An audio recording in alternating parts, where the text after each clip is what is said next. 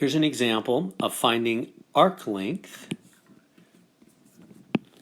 that subtends a central angle of 132 degrees in a circle of radius 11 kilometers. All right, let me draw a picture to make sure. I don't want this just to be some, that wasn't a very good picture of a circle, was it? Some formula thing, Mr. Heron says, but show you an exact example. So suppose we have a circle. Here, let's just undo that and just put in the center here. So suppose we have a circle, and we will make an angle of 132 degrees. Where's that? Well, 180 would be, it's on the wrong setting there. 180 would be right here, halfway. So 130 is 90 straight up. This starts at 0 degrees here. So 132, I don't know, maybe somewhere about right there.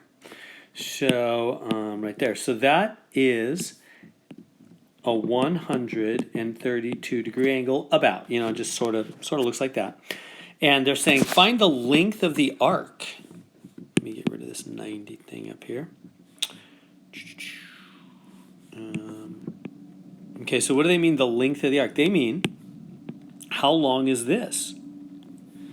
So this is the arc length.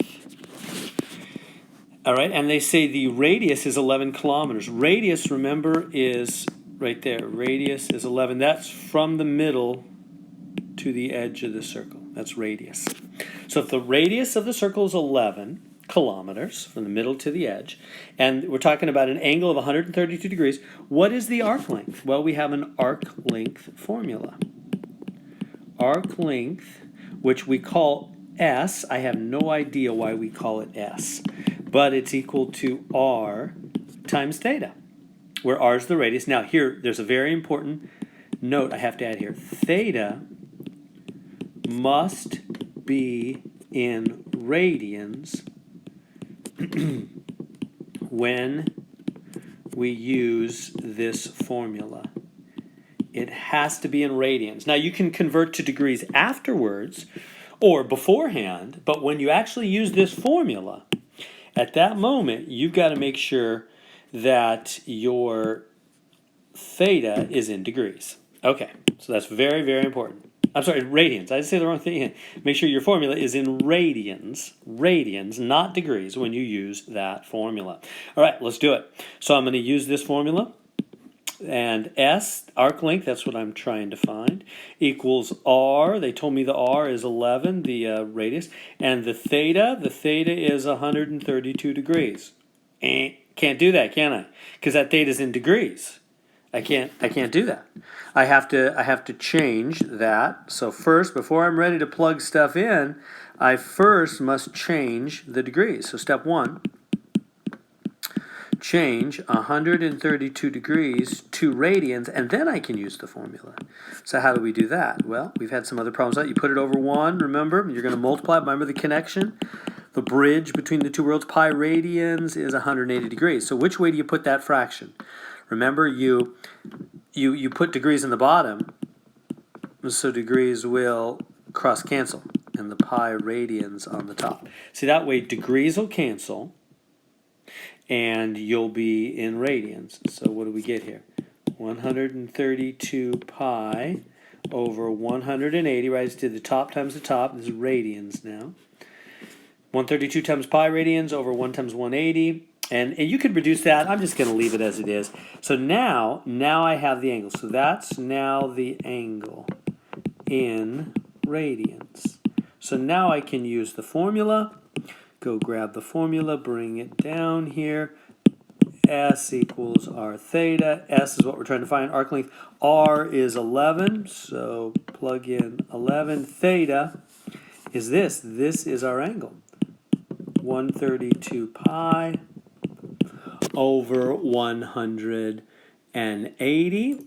And so now we're going to use that to, so your answer can be like that, an exact answer or a decimal. Yeah, let's just put this over 1. Remember, when a whole number is interacting with a fraction, like 11, put it over 1, and then just multiply. 11 times 132. Let me use my calculator here. I'm going to get 1452. pi. 1 times 180 is 180. I can reduce this, divide top and bottom by 2. And let's see, divide by 2. I'm getting 7. Maybe I should have done 4. Divide by 4. How about top and bottom? Top and bottom by 4. I'm getting 363 pi over 45. And I think you can divide by 3 now.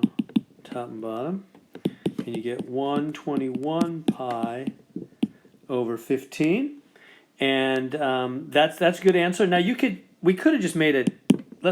Maybe I should just got a decimal. It doesn't matter. Let me do that. Use your pi button on your calculator. You'll have a pi button. I'm getting 25.342, and that's going to be kilometers because the R. Remember the R up here was kilometers.